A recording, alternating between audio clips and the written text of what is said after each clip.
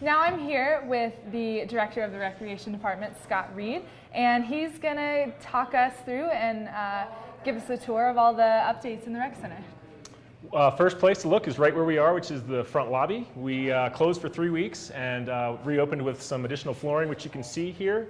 We also changed a lot of the colors that we see. A lot of the color scheme is gray now. The front desk is completely redone, and there's a lot of plumbing that went in the floor and that you probably don't see at this point, but was pretty exciting when we were in the middle of it.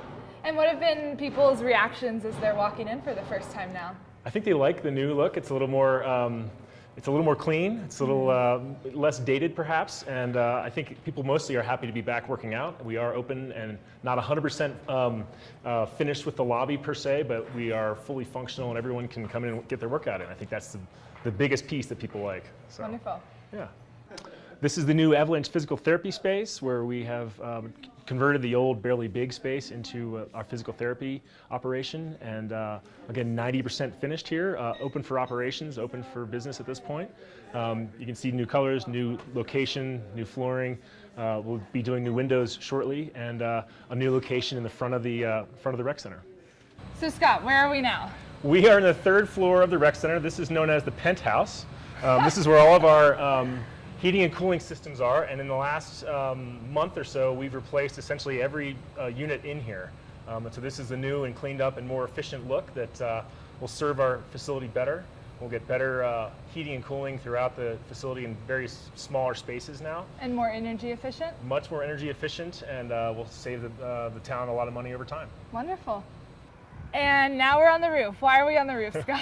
We're on the roof because a lot of what's been done in the last couple months for work has been the mechanical. So as we just saw in the heating and cooling area, this is a brand new heating and cooling unit for the pool area, actually. So throughout this renovation, not only did we hope to improve the amenities and make have much more cardio equipment, better spaces and that kind of stuff, but also have more efficient and longer-term lasting heating and cooling units. So this is HVAC number 1, and it heats and cools the pool, and we're thankful for that. Throughout this process, the pool also got additional lighting, new lighting system in there, and really the heating and cooling system is a big investment in that as well. And so what do you feel like the users of the pool will notice from all of this? There are 2 large fans that help circulate air in there, and I think they'll find that the temperatures and the ability to heat and cool the space is a lot better. And then certainly it'll be brighter because the LED lights that have been installed not only are energy efficient, but also are very bright and they're more safe because as our guards can monitor the pool more efficiently. Wonderful.